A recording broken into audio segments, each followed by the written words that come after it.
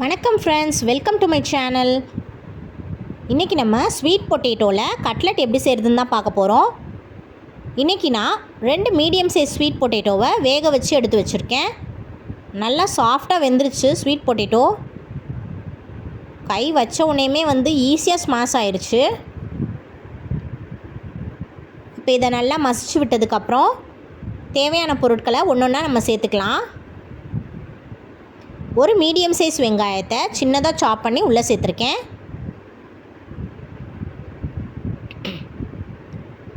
This video is sponsored by Buy Mode mobile app. Get started by download Google Play or App Store. இது என்னோட channel Bits of Me. Please எல்லோரும் subscribe பண்ணிவிட்டு பாருங்கள். 1/2 teaspoon மஞ்சள் தூள் add பண்ணியிருக்கேன். 3/4 teaspoon மிளகாய் தூள் ஆட் பண்ணியிருக்கேன். 3 டீஸ்பூன் அரிசி மாவு, 1 டீஸ்பூன் கார்ன்ஃப்ளவர் மாவு சேர்த்துருக்கேன்.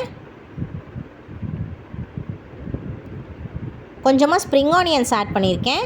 ஸ்ப்ரிங் ஆனியன்ஸ் ஆப்ஷனல் தான், இருந்தால் சேர்த்துக்கோங்க, இல்லைன்னா அதை ஸ்கிப் பண்ணிடுங்க. ஸ்ப்ரிங் ஆனியன்ஸ்க்கு பதிலாக நீங்கள் கேரட் துருவி சேர்த்தா கூட நல்லாயிருக்கும். கொஞ்சமாக கருவேப்பிலை கொத்தமல்லியை ஃபைனாக சாப் பண்ணி உள்ளே சேர்த்துருக்கேன்.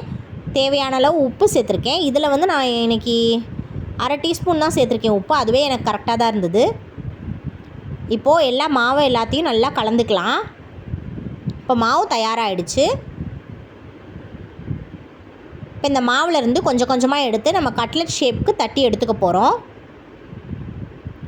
உருண்டை பிடிச்சி சைடில் இந்த மாதிரி எந்த ஒரு வெடிப்பு எதுவுமே இல்லாமல் தட்டி எடுத்துக்கலாம்.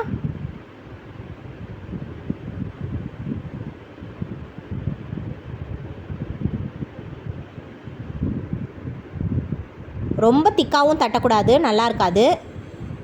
மீடியம் சைஸில் நம்ம தட்டி எடுத்துக்கிட்டால் நல்லாயிருக்கும்.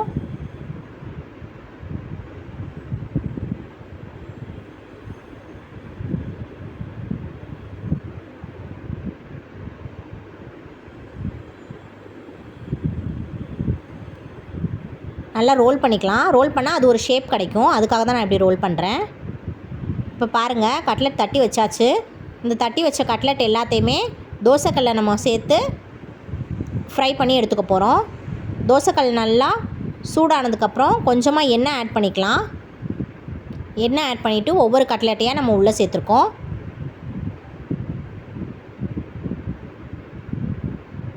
இந்த மாவுக்கு எனக்கு ஒரு 16 கட்லெட்ஸ் வரைக்கும் கிடச்சிச்சு.